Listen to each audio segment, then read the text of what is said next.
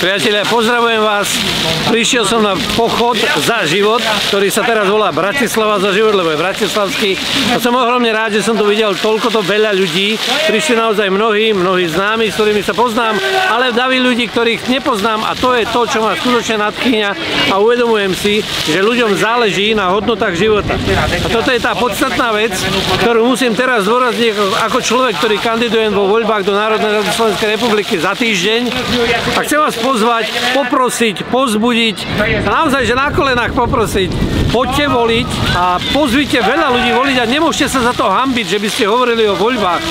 Pretože dnes je čas a doba, kedy v politike, žiaľ, alebo neviem, aké iné slovo použiť, musíme hovoriť o veľmi normálnych veciach. O normálnych veciach našej vlastnej ľudskej normálnej prírodzenosti.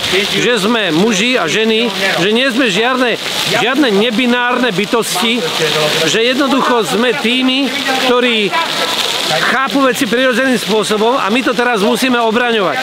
A chcem vás upozorniť, že práve v týchto dňoch sa deje napríklad v Kanade veľké protesty ľudí, ktorí sa nazvali Pochod miliónov rodičov za deti, pretože protestujú proti tomu, že vláda im chce zaviesť do škôl transgenderové učenie. A tak milión rodičov sa chce postaviť za svoje deti a proti ním chodia protestovať iní ľudia, ktorí hovoria, že majú tie deti nechať rozhodovať o tom, či chcú byť dievčatá alebo chlapci. A viete, že toto môže viesť k ťažkým poškodeniam životov.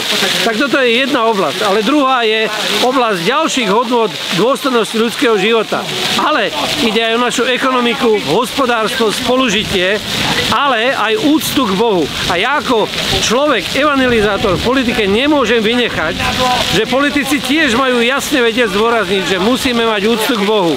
Samozrejme, že sa venujeme spoločnosti, ale musíme a nesmieme zabudnúť na to, že evanjelium je cestou spasenia a požehnania pre ľudí a že potrebuje každá spoločnosť poznať Boha ako osobného a prítomného tu medzi nami.